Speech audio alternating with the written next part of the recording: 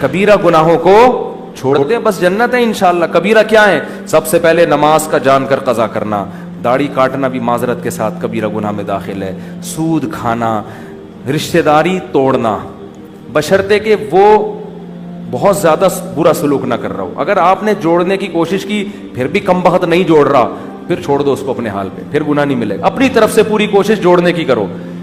ماں باپ کو ستانا, کبھی کبھار اونچ نیچ ہو جاتی ہے, بار بار ہو رہی ہے, پھر یہ ٹھیک نہیں ہے.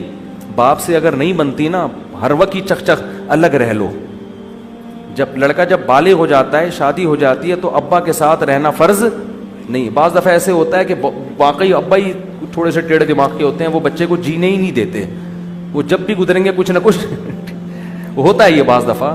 تو بجائے باپ سے بدتمیزی, اونچی آواز سے بات, اس کی حق تلفی, پتلی گلی سے نکل لو. شادی کر کے الگ رہو, ابا سے خیریت پوچھتے رہا کرو, لڑو نہیں, اونچی آواز سے باپ کے سامنے بات مت کرو. کبیرہ گناہ ہے. قتل کرنا کبیرہ گناہ, شراب پینا بولو کبیرہ گناہ. غیبت میں بھی دو قسمیں, کچھ غیبتیں ہلکی پھلکی ہوتی ہیں, وہ صغیرہ میں داخل ہیں.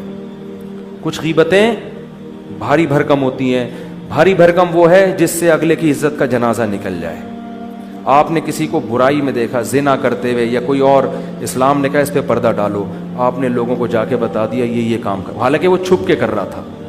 اب وہ توبہ کر لے گا, اللہ معاف کرے گا, لیکن پبلک معاف, زندگی بھر کے لیے اس کی عزت ختم. شوہر کوئی زنا کرتا ہے, برائی, لوگ بیوی کو جا کے بتا دیتے ہیں, بھائی چھپ کے ایک آدمی نے کام کیا ہے, پردہ ڈالو, اس کو الگ سے سمجھا دو لے جا کے, کیوں اس کے راز کو فاش کر رہے ہو. اب بیوی کو جب بتا دیا, ہو سکتا ہے شوہر بعد میں تبلیغ میں وقت لگائے, کچھ بھی کرے, توبہ کرے, اللہ معاف کرے گا, لیکن عورت کے دل میں جو بال آ گیا, جو اس کا گھر تباہ ہوگا, برباد ہوگا, یہ اب اس کی تلافی کبھی بھی بولو نہیں ہو. پردہ ڈالنے کا عورت کے جرم پہ بھی, مرد کے جرم پر بھی پردہ ڈالنے کا حکم ہے, ہائی لائٹ کرنے کی اجازت نہیں ہے. بڑا تلاش کر رہے ہوتے ہیں کہیں سے کوئی عیب ملے تو بتائیں دنیا کو جا کے. اور کیا ہے کبیرہ گناہ ہے؟ رمضان کا ایک روزہ بھی جان کر قضا کر دیا تو یہ صغیرہ گناہ. سارا سال روزے نہ رکھیں, نہ 10 محرم کا رکھیں, نہ عرفہ کا رکھیں, وہ سب نفلی روزے ہیں. رمضان کا ایک بھی چھوڑنے کی, نہ مزدور کو چھوڑنے کی اجازت, نہ ٹیچر کو, نہ اسٹوڈنٹ کو, نہ اس کو جس کا کل پرچہ ہے, پیپر ہے. یہ کبیرہ گناہ ہے بھائی, یہ تو اللہ کی طرف سے اجازت نہیں ہے, نہیں چھوڑ سکتے آپ. اور توڑ دیا تو 60 روزوں کا کفارہ بھی ہے. رمضان کا روزہ اگر توڑ دیا نا بیماری کے بغیر تو 60 روزے لگاتار رکھنے پڑیں گے, پھر اللہ گناہ کو معاف کرے گا. تو یہ بھی زکوٰۃ نہ دینا بھی کیا ہے؟ کبیرہ گناہ ہے. سال میں ایک دفعہ اللہ 2.5% مانگ رہا ہے, تو یہ سب کبائر میں داخل ہیں.